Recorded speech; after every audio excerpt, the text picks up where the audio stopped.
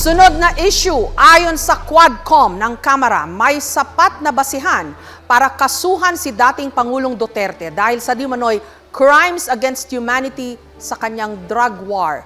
Pero sabi ng kanyang mga kaalyado, politically motivated ang rekomendasyon ng Quadcom. Ang tanong ng bayan,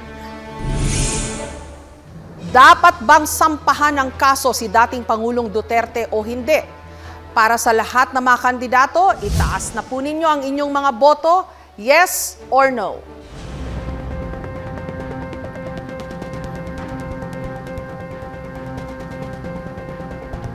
At ang mga sasalang para pagdebatihan ang isyong ito, si Representative Castro na pabor sa panukala.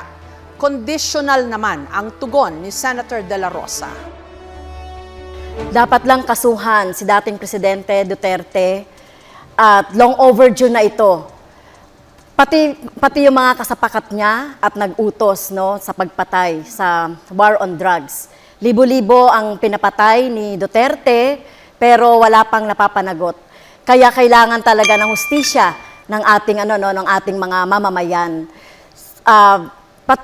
Sinasabi natin dito na dapat ay yung kaso na ito ay matagal na, pati na rin siguro. Senator De La Rosa? Ang sagot ko dyan is conditional, no? Hybrid. Pwedeng yes, pwedeng no. Yes in the sense na nobody is above the law. Kapag mayroon siyang nagawang kasalanan, kasuhan natin. Pero kung wala naman siyang nagawang kasalanan, huwag mo siyang kasuhan base doon sa kaso ng ibang tao. Because guilt is personal. Huwag po nating ipaangkin kay Pangulong Duterte yung kasalanan ni Ninja Cops. Kaya po, after 3 years na tapusan sa pag-ulo, walang kaso. Meron ho naman kayo ngayong 15 seconds para mag-react po kay Senator De La Rosa. So, mismong siya, si President Duterte, ay umamin na pumatay siya ng tao. Kaya kailangan siyang kasuhan. At ito, sino ba yung nagdisenyo ng mga policy na ito? Siya rin. At nag-cause ng pagpatay. Maging si Senator Duterte, Senator Bato ay dapat kasuhan. Ma'am, gigil na gigil kang kasuhan si Pangulong Duterte at ako ng mga kaso na hindi mo kami maliling. Kumusta na po yung conviction mo sa kasong child trafficking? Ano na po nangyari? Bakit andyan ka pa? Hindi ka pa nakulong? Yun na, ang tanong ko, pakisagot lang. Kasi ang ordinaryong tao nagtatanong, porque congresswoman ka, hindi ka nakulong. Sila pag yung mga ordinaryong tao, kulong ka agad.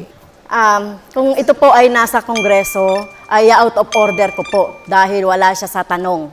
No? At ang ginawa po natin na pagre-rescue, tama lang po yung ginawa ko na pagre-rescue sa mga teachers, sa mga bata na biktima ng mga harassment, intimidation at threat doon sa sinasabi ni Senator Bato na kaso.